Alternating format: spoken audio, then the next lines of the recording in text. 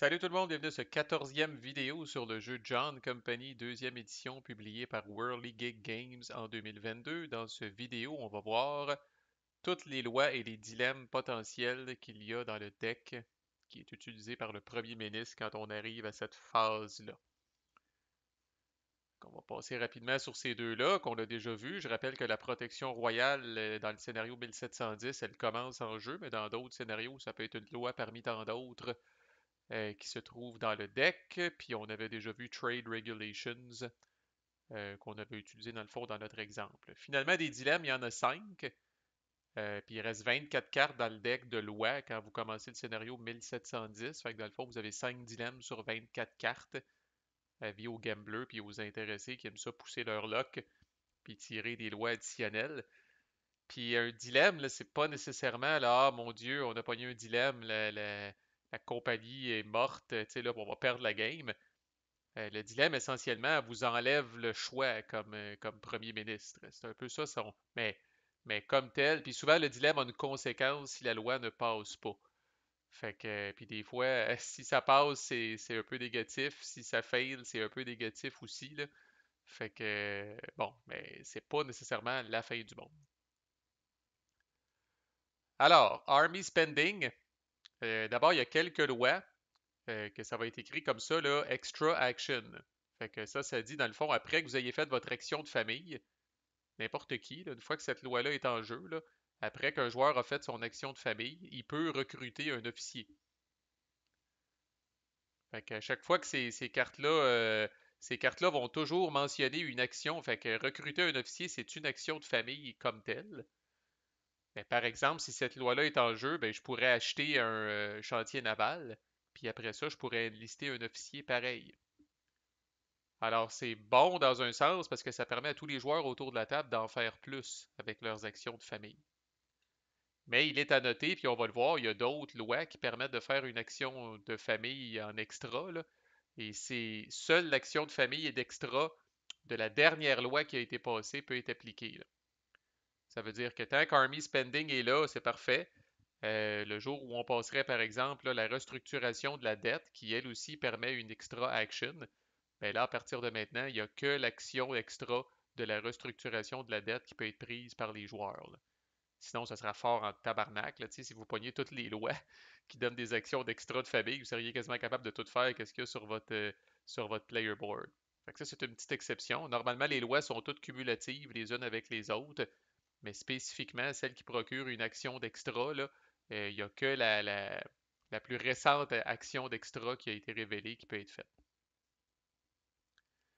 Mais c'est un pensez-y bien en esti, celle-là, là, parce que comme son nom l'indique, là, on dépasse sur l'armée, là. Vous allez vous placer, vous n'avez pas le choix, c'est pas Yume, vous placez 2 régiments dans chaque armée. Fait que waouh, c'est le fun, on va pouvoir taper du monde, on va pouvoir se défendre, mais ça, là, c'est 6 piastres de plus de dépenses par tour. Fait que pensez-y. Puis les régiments, ils crèvent pas, là. Fait que ils vont rester là, puis tu sais, là, on dit pas aux soldats, ah non, merci beaucoup, mais là, c'est assez, là. Il faut les payer quand arrive la fin du tour. Puis ça, là, c'est 6 piastres de plus qui s'enlèvent là, des coffres de la compagnie, là. Fait que oui, vous pouvez recruter des officiers de plus, là, mais pensez à vos affaires comme il faut avant de passer cette loi-là, là. Ensuite, l'envoyer en Chine. euh, le trade en Chine vaut maintenant 5 par icône d'opium au lieu de 4. Fait que c'est un petit peu plus payant de faire du trade en Chine. Et en bonus, si le superintendant de la Chine n'a pas été créé, vous le créez dès que cette loi-là est passée. Et exceptionnellement, on l'embauche immédiatement, là. Fait qu'évidemment, cette carte-là, si le superintendant en Chine n'a pas été créé, vous avez vraiment deux avantages. Vous n'aurez pas besoin d'utiliser l'action du directeur of trade pour le créer. Fait que c'est intéressant. Puis en plus, c'est plus payant. Si le superintendant en Chine a été créé, elle est un petit peu moins tentante, mais n'empêche. La bonification du commerce en Chine peut la rendre intéressante. Sepoy Recruitment. Alors ça, c'est toute une combo avec Army Spending, là. Vous allez comprendre pourquoi. Alors dorénavant, les régiments, on ne paye plus les régiments. Carrément, les régiments ne s'ajoutent plus aux dépenses de la compagnie. Par contre, Lors de toutes les attaques contre la compagnie, chaque cube d'Unrest vaut 2 de force plutôt qu'un. Et Chris. Ouf. Encore là, pensez à vos affaires comme il faut. C'est certain que si vous avez déjà ça en jeu, puis vous avez comme 2 régiments de plus dans chaque armée, ben là, soudainement, ces régiments-là vous coûtent plus une scène, puis ces 2 régiments-là vont vous aider à vous défendre probablement contre de l'unrest de la compagnie. Mais aïe aïe. Enclosure Axe, chaque membre de famille sur ce qu'on appelle un prix, là, vous procure une pièce, donne une pièce à sa famille pendant la phase des bonus. La phase des bonus, on l'a déjà couverte, là, c'est ici. Là, normalement, il y a comme juste les chantiers navals qui payent. Mais quand cette loi-là est en jeu, là, quand vous avez des gens qui sont comme retraités sur n'importe quelle case ici, quand va arriver la phase des bonus, dans le fond, vous faites une pièce par membre de votre famille qui a pris sa retraite là, sur un luxueux manoir qui est ici. Ça va aider, on va le voir, à éponger le coût de maintien là, qui est ici. Là.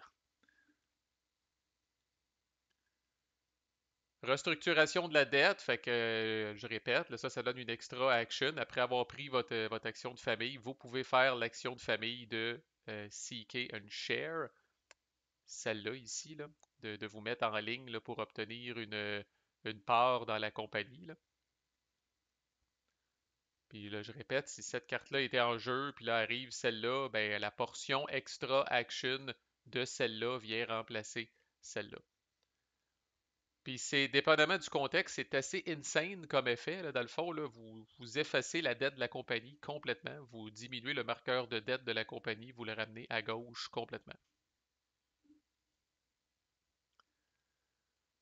Ça, c'est assez débile. Ça, vous me le direz si jamais vous réussissez comme premier ministre à faire passer cette loi-là. Là, si vous êtes un maître de la séduction. Là. Le Board of Control. Alors, une fois par tour, après que n'importe quel poste, sauf le chairman, a fini de faire ses affaires, le premier ministre peut enlever, peut carrément là, crisser la personne dehors. Et la crise dehors, la personne ne s'en va pas à la retraite, le membre de famille revient avec sa famille, puis le poste devient vacant. On va engager une nouvelle personne au prochain tour. Chris, le pouvoir que ça donne au premier ministre, c'est épouvantable, ça, cette affaire-là, le calvaire. Fait que, encore là, je répète, fait que le chairman finit. Le chairman est immunisé à ça. On arrive au Director of Trade. Le Director of Trade fait ses affaires. Si cette loi-là est en jeu, on va se tourner vers le premier ministre. Puis on va dire, bon, ben, est-ce que tu calisses le Director of Trade dehors? Une fois par tour, là, il va pouvoir prendre un de ces sympathiques personnages-là, là, puis pour une raison totalement arbitraire, sans avoir besoin d'avoir l'appui de personne, il va pouvoir décider de calisser dehors une de ces personnes-là, puis that's it. On prend la personne, on la retourne au supply, on prend son poste, puis on le rend vacant ici pour qu'on engage quelqu'un d'autre au prochain tour. C'est assez incroyable. Si vous réussissez à faire passer ça, calvaire. Évidemment, vous ne serez peut-être pas toujours premier ministre. Puis si vous abusez de ce pouvoir-là pendant que vous êtes premier ministre, il y a des chances que si quelqu'un d'autre devient premier ministre, il vous retourne la faveur. En tout cas, c'est une de ces lois-là qui est quand même assez juteuse. Là. La compagnie aide le gouvernement, fait que chaque dette de la compagnie coûte 2 piastres maintenant au lieu d'une pièce pendant les dépenses. Et là, les actions, là, l'enjeu avec les actions, là, ça vaut plus cher. Là. Tantôt, j'appelais ça les parts, là, c'est plus les actions dans la compagnie. Là. Mais les actions maintenant vont valoir plus 2 ou moins 2 VP à la fin de la game.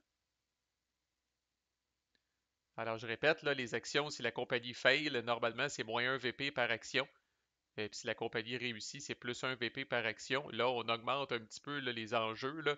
Si la compagnie fail, ça va être moins 2 VP par action et plus 2 VP par action. Calvaire. Si vous passez ça, là, ceux qui ont des actions, vous avez besoin de veiller au bien-être de la compagnie parce que Chris, ouf. C'est pas facile parce que là, la dette coûte plus cher, fait que le reste de la loi nuit un peu à la compagnie. Privilège des scribes. Les scribes, dans le fond, les joueurs gagnent une pièce de plus pour chacun de leurs scribes qui est placé pour combler un ordre. Donc, ça va être 2 pièces par scribe au lieu d'une pièce par scribe. Puis, je les ai mis une à côté de l'autre, ou en tout cas proche, là. Je vais l'amener ici, là, parce que ça, c'est le pendant Puis, je vais y revenir, là. Celle-là ici, on est complètement ailleurs, là. Les bonus des scribes sont payés à la compagnie au lieu d'être payés aux joueurs. Fait que si vous mettez si un de vos scribes est mis pour combler un ordre, normalement ça vous donne une pièce. Cette pièce-là maintenant s'en va à la compagnie. Et ces deux cartes-là s'annulent mutuellement, là. C'est pour ça que je les ai ramenées une à côté de l'autre, là. Fait que si celle-là est en jeu puis vous votez sur celle-là, ben vous défaussez la première puis vice-versa, là. Parce qu'évidemment, c'est ces deux lois qui sont vraiment là, opposées, là, en fin de compte, là. Fait que ne désespérez pas si jamais cette loi-là est en vigueur puis vous n'aimez pas ça, vous avez toujours une chance un jour de mettre la patte sur celle-là, puis vice-versa, là. Ici, Window Tax Repeal, d'abord une action d'extra, fait qu'après avoir pris votre action de famille, les joueurs peuvent s'acheter un bien de luxe et les joueurs ne payent plus les taxes sur les fenêtres. Ça, c'est avis aux propriétaires de grosses baraques, ça peut vous aider en crise. Le reste du texte est en lien avec une carte qui est disponible là, dans ce deck-là. Là, fait qu'on on couvrira pas ça pour tout de suite, on va en parler quand on va parler des cartes, là. Ici, après avoir pris une action de famille, vous pouvez acheter un atelier. Lorsque la loi est passée, au moment où la loi est passée, les joueurs gagnent 2 piastres pour chaque atelier qu'ils contrôlent. Par contre, au début de la phase de revenu, là, juste avant que la compagnie paye ses comptes, la compagnie perd une pièce pour chaque 7 piastres qu'elle a dans ses coffres. Au début de la phase de revenu, si la compagnie a 21 piastres, elle va perdre 3 piastres. Il est souvent mention de dérégulation, puis je skip ça intentionnellement. Dérégulation, c'est des règles avancées, croyez-le ou non, des règles avancées dans ce style de jeu-là, faut le faire, là. Comme si c'était pas déjà assez compliqué. Ben bref, la dérégulation, c'est pas quelque chose dans le scénario de 1710 que je parle depuis le début de mes vidéos, c'est pas quelque chose que vous allez voir, puis c'est pas quelque chose qu'on va parler, là. C'est des façons pour les joueurs de commencer à avoir des entreprises privées puis de runner la compagnie en même temps. En tout cas, ça rajoute une couche de règles de plus, là, je vous épargne ça dans ces vidéos-là et c'est extrêmement fortement recommandé de ne pas jouer avec ça au début jusqu'à temps que vous soyez à l'aise dans le jeu. C'est pour ça que tout ce qui parle de ça, je le skip. Subvention de l'industrie. Quand vous achetez un atelier, si votre jeton d'opportunité n'est pas sur cette action-là, ça va vous coûter seulement 3 piastres au lieu de 5. Fait que le truc d'opportunité, là, c'est ce gogos-là là, qui, dans le jeu physique, est une espèce de patente transparente, là. Fait que je répète, là, si je fais une action, je viens mettre mon jeton dessus. Puis ce que ça fait, c'est que la prochaine fois que je vais faire mon action de famille, le tour d'après, si je fais cette action-là, je peux la faire 2 fois. Fait que là, ce que cette loi-là dit, c'est que si votre action de famille, c'est d'acheter un workshop, mais que votre jeton n'est pas là, autrement dit que c'est pas ça que vous avez fait au tour d'avant, ça va vous coûter 3 piastres au lieu de 5 pour acheter l'atelier. Je l'ai mis à côté de celle-là parce que c'est mentionné que dans le fond, ça ne s'applique pas à un atelier qui est acheté là, avec la petite action d'extra qui est sur cette loi-là de Calico Act. Tenure limit, fait que action d'extra, après avoir pris une action de famille, vous pouvez engager un scribe. Le chairman va toujours prendre sa retraite quand va arriver la saison de Londres. Fait qu'on va voir normalement, là, prendre sa retraite, c'est un jet de dés. C'est jamais certain. Quand cette loi-là est en jeu, le chairman spécifiquement, lui, va toujours prendre sa retraite. Il y a de bonnes chances de prendre sa retraite de toute façon. Ça boucle la boucle des actions d'extra. Après avoir pris vos actions de famille, vous pouvez acheter un chantier naval. Je pense qu'on les a toutes vues. Je pense que les 6 sont là. Un, 2, 3, 4, 5, 6. Ouais.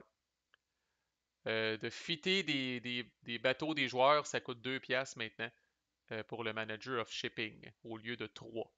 Fait que le manager of shipping a plus d'autre raison que de vous faire chier, là. Il peut plus invoquer l'argument d'être cheap et que la compagnie est pauvre, là. Normalement, ça coûte 3 piastres pour fitter un bateau bleu d'un joueur, puis ça coûte 2 piastres pour fitter un bateau temporaire.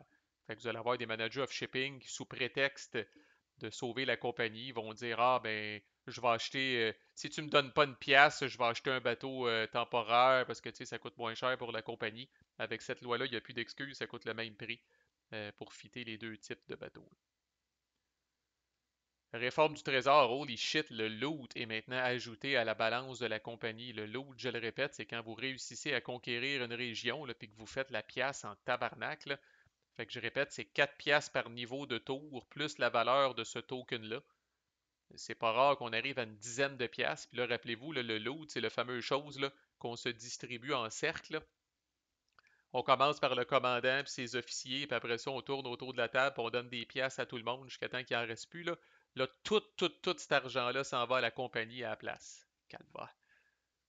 C'est définitivement la loi qui peut rendre la compagnie le plus riche de toute la gang. Tu sais, les bonus des writers, oui, c'est pas pire puis tout ça, mais le loot, là, calvaire, comme je dis, c'est pas rare qu'on arrive à 10 piastres, puis là, que ce 10 piastres-là s'en aille d'un coffre de la compagnie, mais les joueurs, évidemment, vont être beaucoup plus pauvres. Les taxes de Zamindar, alors tous les gouverneurs ajoutent un dé à leur pool de dés. Par contre, chaque fois qu'ils failent un rôle, ça place deux cubes d'unrest au lieu d'un dans la région. Ça, c'est une petite loi que je vais garder de côté parce que ça parle du gouverneur général, qui est une autre patente. Le gouverneur général, qui est une loi, peut-être la loi qui change le plus le jeu, ça élimine le poste de Director of Trade, ça le remplace par le poste de gouverneur général. Tous les gouverneurs existants décalissent. Puis maintenant, c'est comme un gouverneur général qui gère la totalité là, des régions qu'on contrôle en Inde. Ça change la game pas à peu près. Là, puis c'est une carte vraiment spéciale qui est ici. Fait que ça aussi, on va y revenir plus tard. Là. Mais tu sais, disons, ces deux lois-là, je vais les mettre à côté là, pour qu'on puisse y revenir en temps et lieu. Là. Puis Military Oversight, dernière loi, tout de suite après que la personne des Military Affairs a agi, le premier ministre peut choisir, peut prendre un des commandants puis lui faire subir une démotion si on veut et engager un autre officier pour prendre sa place. Puis normalement, pour savoir qui devient commandant, là j'en ai parlé, mais c'est la personne qui a le plus d'officiers. Exceptionnellement, si le premier ministre se prévaut de ce privilège-là, là, dans le fond, là, il peut choisir le nouveau commandant selon les règles d'embauche. On les a pas vues, les règles d'embauche, on va en parler prochainement, là, mais il est choisi selon les règles d'embauche. Ça veut dire qu'essentiellement, il peut choisir n'importe qui, mais pour se choisir lui-même, il doit avoir le consentement de toutes les autres personnes éligibles. Fait que si c'était comme ça, puis je suis le joueur bleu, je suis le premier ministre, puis je décide, tiens, c'est plus toi qui es le commandant de l'armée du Bengale, ben j'ai quelqu'un, moi, qui serait potentiellement, pourrait devenir commandant de l'armée du Bengale, parce que temporairement, j'ignore le prérequis qu'il faut que j'aille le plus d'officiers ici. Par contre, pour être capable de nominer ma personne, il faut que j'aille l'accord des deux, incluant la personne que je viens de sortir de là. Fait que, est-tu de bonne humeur, vous pensez, puis as-tu le goût de me donner son support? Pas vraiment. Fait que normalement, si vous allez faire ça, ça va peut-être être pour mettre le joueur vert à la place. Fait que, faites vos négociations en conséquence. Puis c'est assez incroyable, cette loi-là. Elle commence à plus 5. Fait que, calvaire, les gens vont devoir voter non en hostie pour que ça. Il y a des ranges assez extrêmes là-dedans. Là, celle-là qui commence à moins 5. Là. Et les dilemmes, probablement mes préférés. Là. Alors, la guerre contre la France. Alors, si on réussit à passer cette loi-là, le premier ministre choisit trois bateaux qui ne sont pas temporaires. Alors, ça peut être des bateaux des joueurs ou ça peut être des bateaux de la compagnie. Et trois officiers ou régiments. Les bateaux de la compagnie sont retournés au supply, les officiers, les régiments sont retournés avec leurs familles ou sont retournés au supply, les bateaux des joueurs sont retournés sur leur chantier naval. Fait que c'est comme si on, pas des bateaux qui ont été déviés vers l'effort de guerre, des bateaux des officiers des régiments qui ont été déviés vers l'effort de guerre contre la France, on présume.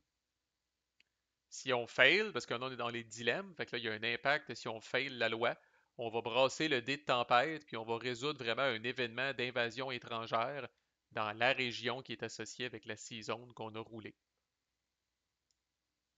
Là, on prendrait ce dé-là, puis là, la France débarque en Inde, puis on roule ce dé-là. À noter par contre que dans ce cas-là spécifiquement, si on roule une des deux faces avec un 4 qui n'a pas de season, il ne se passe rien. Donc on a une petite chance de s'en sortir. Mais si on roule ça ici, la France envahit dans les trois régions, les trois home regions de l'Inde. Tabarnak. C'est pas pire que de piger invasion étrangère puis de rouler ça, là, vous allez me dire, là, mais c'est comme un espèce de petit rôle de plus dont vous seriez peut-être passé. Les masses demandent des franchises, donc les Rotten Boroughs, que ça c'est une autre carte qui se trouve dans ce deck-là ici, euh, valent seulement un vote. Je me demande si c'est pas une carte qui vaut 4 votes, normalement. Fait que là, elle tombe à un vote. Et les votes à l'avenir coûtent 2 piastres au lieu d'une pièce. Fucking coûteux de voter maintenant. Si ça fail, ce dilemme-là spécifiquement, il se passe rien. On demande de l'aide pour contrer la famine en Inde. Alors, si on passe cette loi-là, la policy qui est associée à cette loi-là, on la fait 2 fois. Et c'est une policy de taxe, nécessairement, en bas à gauche. Ça veut dire que peu importe ce que le premier ministre va avoir décidé de taxer, là, on va le taxer 2 fois. Tabarnak.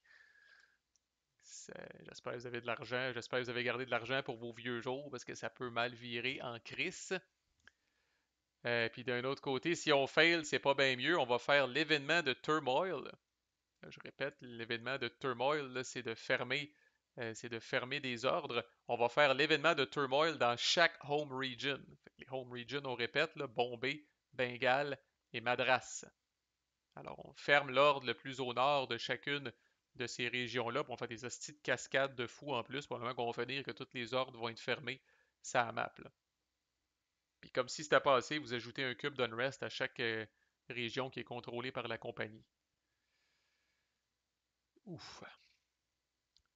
Celle-là est pas pire, fait que dès qu'elle est révélée, le premier ministre peut fouiller dans les vidanges, fouiller dans la discard pile et choisir une loi, même un dilemme, potentiellement.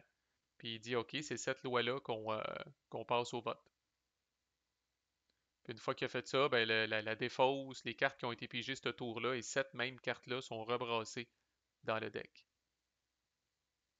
Si jamais vous pigez c'est la toute première carte de la game que vous pigez, puis il n'y a pas de carte dans la discard pile, ben vous l'ignorez, puis vous rebrassez le deck, puis vous repigez de quoi d'autre. Alors, comme ça dit, les cartes pigées ce tour-là ne sont pas encore considérées dans la discard pile. Ça veut dire que si j'ai pigé une loi, la loi A, elle m'intéressait pas, j'ai pigé la loi B, elle m'intéressait pas, puis là, je pige ce dilemme-là. Les lois A et B, là, qui sont comme sur la table à côté, là, que j'ai hésité à prendre, mais que j'ai pas pris, là, ne sont pas encore considérées dans la défausse. Sinon, ça donne quand même beaucoup de flexibilité au premier ministre, dépendamment de comment creux on est dans la game. Et une de mes préférées, le public demande l'impeachment. Alors, le premier ministre, avant même de passer le truc au vote, le premier ministre choisit un poste. Si la loi passe, la personne essentiellement est collée dehors. Alors, la personne qui est à ce poste-là retourne au supply et son poste devient vacant. Puis, alors, c'est un peu du lynchage. Mais si ça fail, ce n'est pas sans conséquence. Le standing de la compagnie descend de 1. Ce qui pourrait faire failer la compagnie. Fait que, tu sais, en tout cas, si vous avez, oui, j'espère, vous avez écouté le vidéo précédent, là. Mais, fait qu'avec le vidéo précédent, puis ça, vous comprenez comment est-ce que cette phase-là, c'est comme, premièrement, au niveau de la replayability, c'est débile, tout ce que ça l'ajoute, là. Vous aurez jamais deux games pareils. Ah, dans ce game-là, on avait telle loi, puis on a pogné tel dilemme. Tu sais, puis encore là, les négociations, puis le tirage de couvertes là, dans cette phase-là, là, puis l'importance du premier ministre, puis la policy qui est associée avec ça, là, de toute beauté. Vraiment de toute beauté. Bon. Next vidéo. Upkeep Refresh, c'est vraiment pas long. Alors, je pense qu'on va aborder ce qu'on avait skippé, la fameuse saison de Londres qu'on ne fait qu'à partir du tour 2, là où les gens prennent leur retraite vers des grosses baraques. Alors, c'est probablement ce qu'on va aborder dans le prochain vidéo. À plus!